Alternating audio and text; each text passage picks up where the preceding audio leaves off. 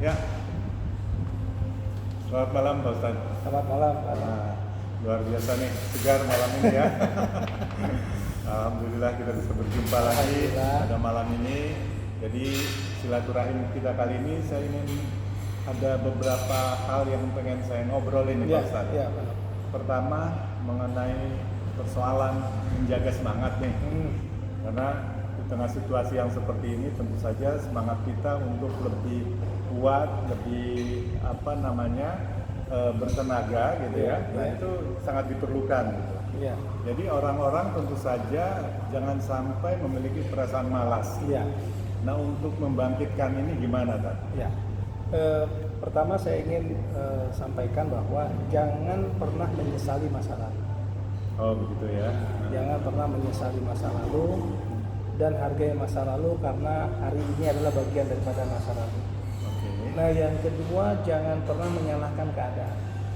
Oh begitu. Karena keadaan itu nggak pernah salah. Iya. Nah, kadang orang suka banding-bandingin tuh dulu betul. begini, sekarang begini.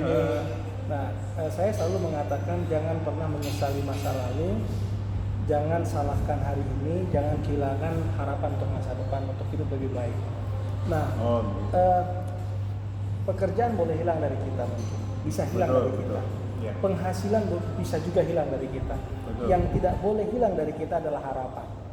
Oh, itu yang harus kita gali terus, harus kita pompa terus. Oh iya, itu tidak boleh. Okay. Nah, bagaimana untuk bisa selalu punya harapan? Makanya harus punya tujuan, punya target. Okay. Ya, misalnya kalau saya tidak bekerja, ini saya misalnya di PHK, kira-kira gitu. Ya. Nah, saya pekerjaan hilang dari saya, tapi yang nggak boleh hilang adalah harapan. Nah, bagaimana menumbuhkan harapan itu? Maka saya harus mengingat harapan orang-orang yang saya cintai. Harapan anak saya bisa sekolah lebih baik. Harapan istri saya untuk bisa hidup lebih layak, lebih baik. Nah, itu yang akan menjadi saya himpun harapan mereka di dalam kekuatan harapan saya. Jadi sebagai pemacu dorongan lebih menguatkan lagi. Betul. Ya. Nah, hari ini kalau kita tidak cerdas memahami itu, maka kita bukan hanya hilang pekerjaan tapi juga kehilangan harapan. Nah, kalau seseorang sudah kehilangan harapan untuk hidup lebih baik, harapan untuk bekerja, harapan untuk meraih masa depan itu sudah tidak ada, maka dia sudah mati sebelum mati. Oh gitu ya Pak Ustadz. ya. Tapi begini Pak Ustadz, kan kalau misalnya orang terkait masa depan, kan itu sesuatu hal yang dia belum bisa perkirakan. Jadi suka muncul rasa kekhawatiran kan? Khawatir bisa A, khawatir bisa B, khawatir bisa C, sehingga itu membuatnya menjadi sebuah mungkin dia tidak bisa tidur, insomnia gitu ya. Nah itu gimana menghilangkan kekhawatiran itu? Kita tidak boleh larut di dalam kekhawatiran. Kekhawatiran itu memang sangat manusiawi. Tapi ketika kita memiliki kekhawatiran yang berlebih dan kekhawatiran itu menghambat ikhtiar kita, menghambat perjalanan sukses kita, maka itu sangat berbahaya. Bagaimana mengendalikannya kalau gitu? Ya, bagaimana mengendalikannya? Maka kenapa kita diminta untuk selalu bicara visioner? Bagaimana kehidupan masa depan yang kita harapkan, yang kita idamkan? Bagaimana masa depan anak-anak yang kita idamkan? Bagaimana keluarga yang kita idamkan? Nah, itu menjadi pemicu semangat kita untuk membangun harapan-harapan yang nantinya akan berbanding lurus dengan action, berbanding lurus dengan tindakan. Gitu. Nah, kalau sudah berbanding lurus dengan tindakan, antara harapan dan tindakan sudah berbanding lurus, maka bukan tidak mungkin apa yang kita khawatirkan itu tidak pernah ada gitu. Oh gitu. Tidak pernah ada yang kita khawatirkan itu, karena saya pikir semua orang sama.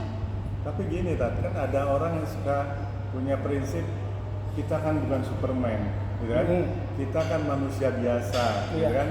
Bagaimana kita bisa mengharap terlalu besar, terlalu jauh, sehingga kelihatan harapan itu jadi harapan yang muluk-muluk gitu. Itu gimana? Jangan berlindung di balik tameng kita bukan Superman.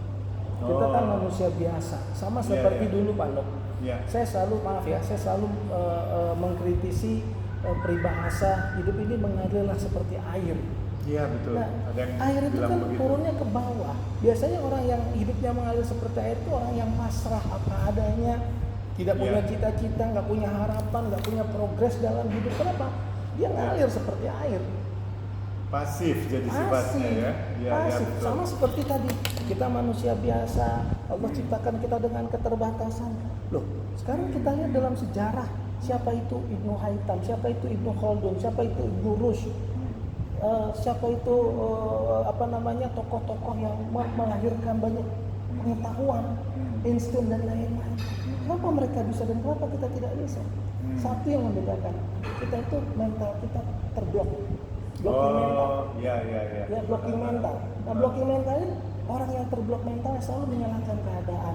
Udah begini nasib kita, begini keadaan kita, persaingan terlalu berat, ya rasanya sulit kita mencapai yang kita mau. Nah, kalau saya orang kayak gitu saya tinggalin. Karena menjadi virus buat kita. Itu orang yang seolah-olah tidak berani meraih impian ya, Pak Nggak Ustadz, berani ya? impian, bukan nggak berani impian, nggak punya mimpi. Oh, nggak punya mimpi malah. Nggak punya mimpi. Nah, bagaimana merealisasikan mimpi itu, the dream come true gitu ya, Iya. menjadi kenyataan gitu kan? Iya. Itu Saya- kan banyak orang yang kemudian berhasil, Iya. tapi ada banyak juga ya dream is just only a dream gitu. Iya, kalau mimpi itu tidak direalisasikan, itu hanya mimpi, itu hanya khayalan. Betul. Tapi kalau mimpi itu, mimpi masa depan itu kita realisasikan dalam bentuk kerja keras, dalam bentuk doa, Iya, sama iya. dalam bentuk yang ada satu hal lagi yang nggak boleh dilupakan, dalam bentuk keyakinan. Iya. Nah, keyakinan itu ada dua, keyakinan kepada Allah dan keyakinan kepada diri kita sendiri. Maksudnya, gitu. ini loh, Iya, keyakinan betul. kepada Allah pasti dong, Iya, itu pondasi. Iya. Tapi keyakinan kepada diri sendiri, bagaimana kita yakin bahwa kita punya potensi, bagaimana kita yakin kita mampu, Betul, bagaimana betul. kita yakin kita punya masa depan, Betul. bagaimana Iya, iya. kita yakin kita bisa meraih harapan kita, itu keyakinan Pak. Oh, betul. Nah, itu nggak boleh tinggal keyakinan itu. Jadi keyakinan itu harus tetap dipompa, Iya. harus diyakini, Betul. gitu ya, dilakukan dalam bentuk ikhtiar, Betul. tapi keberhasilannya kita serahkan pada Allah. Pada Allah. Oh, Nah, jadi Iya, iya. keyakinan dua tadi, keyakinan Iya. kepada Allah, keyakinan kepada diri sendiri. Nah, Iya. percuma yakin sama Allah tapi nggak yakin sama diri sendiri. Oh, iya. Saya nggak Iya. punya potensi, tapi dia yakin sama Allah, tapi dia nggak yakin sama dirinya Iya, sendiri. iya. Atau dibalik, yakin sama diri sendiri tapi nggak yakin sama Allah. Aku Betul, bisa betul. segala hasil dari ikhtiar aku itu kan hasil kerja keras aku. Iya, iya. Tuhan Betul. nggak akan terlibat di situ. Itu berarti yakin sama diri kita tapi nggak yakin sama Allah. Betul, betul. Padahal yang utama itu adalah yakin kepada Allah. Betul. Dan betul. potensi Iya, iya. yang ada di diri kita pun adalah given dari Allah. Oh iya betul. Iya iya, luar biasa. Banyak sekali nih pencerahan malam ini Pak Ustadz. Waktunya terbatas ya, Pak. Waktunya terbatas. Terima kasih banyak nih atas pembelajarannya. Itu buat sahabat-sahabat dimanapun Anda berada. Demikian tadi bincang-bincang kita dengan Pak Ustadz Andrian Parlindungan. Kita akan jumpa lagi di lain waktu dengan topik dan tema yang berbeda ya Tad ya. Ya, Insya Allah.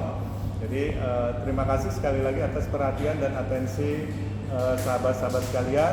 Jangan lupa like, komen, share, dan subscribe. Sampai jumpa.